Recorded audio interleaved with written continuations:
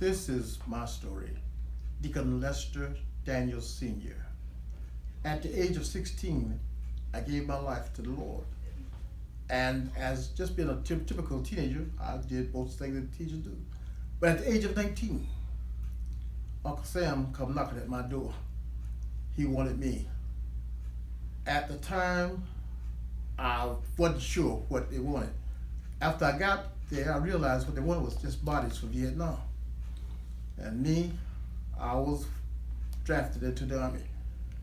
I went to Vietnam after going through basic training and advanced training. And my first entrance to Vietnam was at Cam Ranh Bay, which is where the home base for the first air camp was, which I was a part of. After a couple weeks of training, we went on our first mission. Our first mission, we flew out by helicopter to a certain area. They drop us off. We have to recon the area to make sure there's no enemy in sight. As we walked past a village, my first day in the field, walked past the village, shots rang out. People were shot, some killed, some not. We all was young men, here 19 years old, and going through something like this. We stayed down because they said this is a friendly village, you cannot return fire. We did not shoot back, we just laid there until the all clear was given. When the all clear was given, we went into the villages with the Arvins, and they questioned some of the residents there, but they got no good results. As I went through Vietnam, there are some things that happened along the way. I thought for a while that I was invincible. On a couple occasions, there was close encounters where I would almost be killed. You see, we was out on patrol and we was hit by the enemy. Somehow, when doing the skirmish, I got shot. And this is my results of them getting me. But I went on to, they sent me out to the hospital ship once again to the hospital ship. And I made it, for put it that way. We praise God for that, I'm making it. After that, they sent me to Okinawa, Japan. That's where I spent the rest of my time in the military, the first 2 years.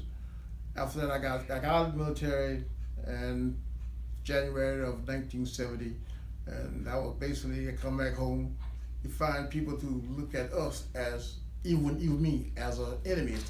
For a long time, I would not let people know that I was in the Vietnam War, because when they would treat me or look at me, or things they would say to you. Hey, you're a baby killer, huh? Well, sometimes those babies will kill you. And back to what I was talking about, how God took care of me, is that when I came home, I was with the church. I took me 4 years before I joined the church. I was doing everything in the church that they wanted. I drove the buses for them. I picked up people, we had to go to Bible study. I was involved. Everything in the church done, I was involved with it. And when I finally joined the church, everybody thought I was a member already. And I praise God for that, because I also was with A. Brown Ministry, which is A. Brown Ministry nowadays. Days before, it was Prison Crusade Ministry. When I first started out, I served with them as one of the choir that were members. And I went on death row with the counseling teams to counsel the inmates about the love of Christ. And one Saturday, we went up to Zephyr Hills, and I'm sitting in the choir stand, and his voice comes to me and say, here you are, sitting here trying to tell others about me when you don't believe in me yourself. In Vietnam, when you lay in the rice paddy, village people shooting at you, someone from the village was shooting at you. Hey, I was there. The statue charge goes to your head.